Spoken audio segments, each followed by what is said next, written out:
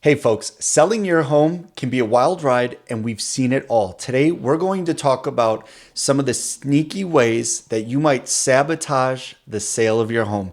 But fear not, we've got your back every step of the way. And if it's your first time tuning into my channel, my name's Paul Grzenia. I'm a realtor here in Phoenix. And if you're moving, relocating, or just curious about the market, give me a call.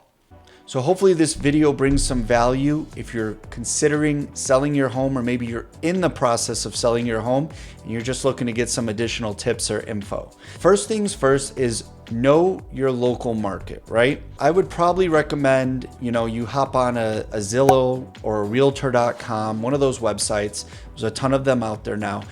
And take a look at what they suggest your home might be worth. Take a look at what's selling in your neighborhood. When you interview an agent, they'll put together a CMA for you, which is a comparative market analysis. And basically what that's going to show you are what homes like yours are selling for. Now, you definitely want to stay as close as possible to your home. If you can, stay within a half mile or closer, and don't go further back than 90 days. Depending on the type of property you have, you may have to go back a little further, or you may have to go as far out as a mile, which is okay. But you really want to find homes that are like for like, similar condition, similar amenities, similar size, and similar year built. You don't want to compare a 2015 two-story home that's 5,000 square feet to a single-story 2,000 square foot home that was built in the 50s, right? So like for like, as close as you can keep it. Just make sure you have a good idea of what homes are selling for in your neighborhood, and also take a look at what's under contract and what's currently active, because the active homes are going to be your current competition. The pending, you can at least see what the list price is and see what's under contract. The only issue with that is you're not going to know what those close at until they close. But it will at least give you an idea of what's under contract, what's active, and what's closed. And that way you can make the most informed decision when you go to list your house, because you don't want to list it too low, but you also don't want to overprice it. You want to price it where the market is and where the market's going, not where the market's been. The next tip is going to be overlooking easy fixes. And what I mean by that is, if there are minor repairs in your home that you can do, get them done. If you know things are broken and need to be fixed, get them fixed. I'm not saying if you need a new roof, go put a new roof on your house if you can't afford it. But I think the better you can position your property, the better chance of having a smooth sale and getting the most buyers in and getting the most offers and creating the most competition for your home is the best thing you can do. You want to position your home in the best way possible. Now, if you do any repairs or you've done any upgrades, make sure you keep those receipts. That way, when you go to list your home, you can have a list of the repairs you've done or a list of the upgrades that you've done. Also, when you get through the home inspection, let's say your home's under contract, you go through the inspection and the buyer's purchasing with a loan, they are going to need to do an appraisal. So make sure you have receipts for the appraiser. So if you've done big projects, like you've added some square footage, you did put a new roof on, you completely remodeled the kitchen, you have some receipts to support some of that added value you might get from those projects you've done. Next tip is getting rid of clutter. Let's start with the outside, because the whole point of decluttering your home is all about the first impression to the buyer. When I say let's start outside, think about this. You're selling your home and a buyer is pulling up. What's the first thing they're going to see? The outside. That's the first impression you're going to make on that buyer, right? Make sure you declutter the outside before you declutter the inside, and make sure your home has really nice curb appeal, because that's going to set the tone as your buyer walks into the house. Make sure you're getting all areas of your home, right? Don't just do where you think a buyer is looking. Go into the closet, organize the closet, go into the towel closet, go into under the cabinets. This might not be something every buyer thinks about, but I think it's all about the little details. And when buyers come in and they're looking around and opening doors, they are going to have a certain impression about how you take care of the home. So it's all relative. If everything's neat and organized, they know you've probably done a great job of taking care of the property. If there's just a mess everywhere and it just doesn't look like you've done a great job of caring for your home, that might reflect in an offer. It might turn the buyer off. So again, this is really just to create the best first impression when a buyer walks through your home. The next tip is poor photography.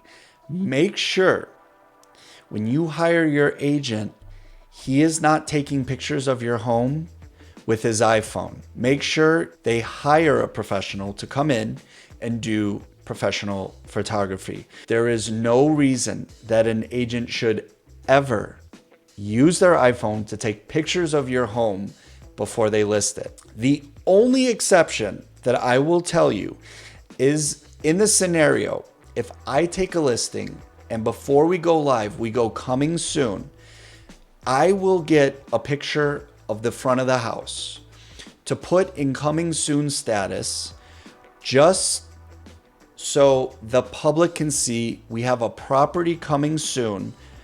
And we make notes in the listing, hey, professional photos will be on this day. If your agent just wants to get the home in the listing is coming soon and one picture of the front, that's okay. If they're going through and snapping photos that they're going to use in your listing, I might pump the brakes and interview another agent. It's just completely unacceptable. You have to get professional photos before you list your home. The next tip is having a weak marketing strategy. So when you're interviewing agents, this should definitely be one of the questions. How are you going to market my home? Your agent should have a solid game plan in place how they're going to market the home.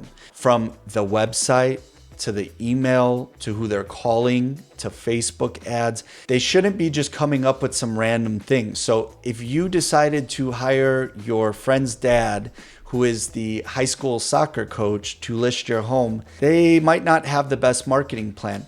But if you're hiring a full-time professional agent, then they should be able to, and I'll just show you guys real quick, listing promotion playbook, okay?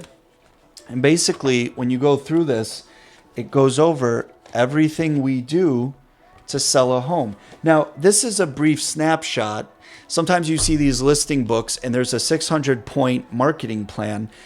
I don't think that every client wants to know every single step. This is something you should talk to them about. Are you doing open houses? How are you launching the property? Are you calling the neighbors? Are you calling your buyers? Does the property have its own website? Are you launching the property through your website?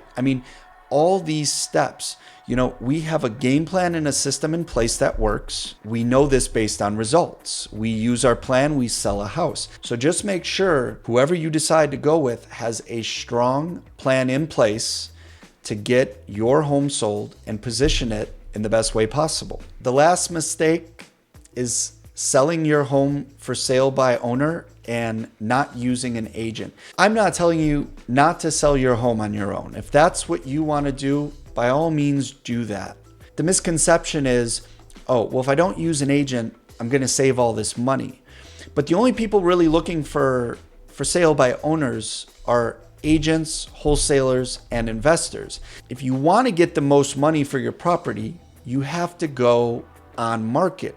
You want to be on market in front of all the agents, all the buyers, not just kind of hidden on for sale by owner websites that maybe someone's looking at or not, or for sale by owner on Zillow that you really have to go find where for sale by owners are. They're not actively promoting those. And a little fact is that 98% of homes that sold last year involved a listing agent and a buyer's agent. Only 2% involved a buyer's agent or no agent at all.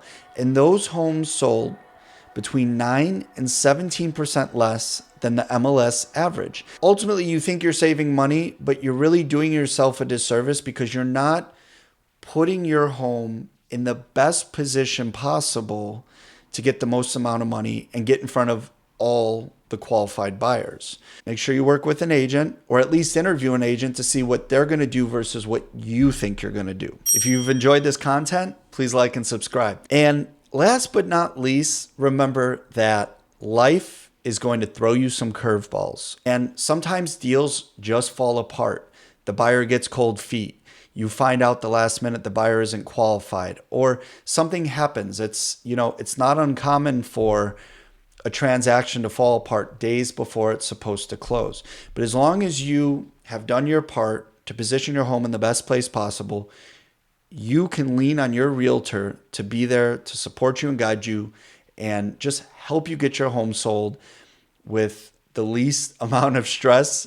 So I hope if you're selling your home or thinking about selling your home, I've added some value and given you some tips or some new things to consider. And if you're moving, relocating, or just have questions about the market, give me a call, text, or email. I'm available 24/7. I appreciate you checking out this video. I'll see you on the next one.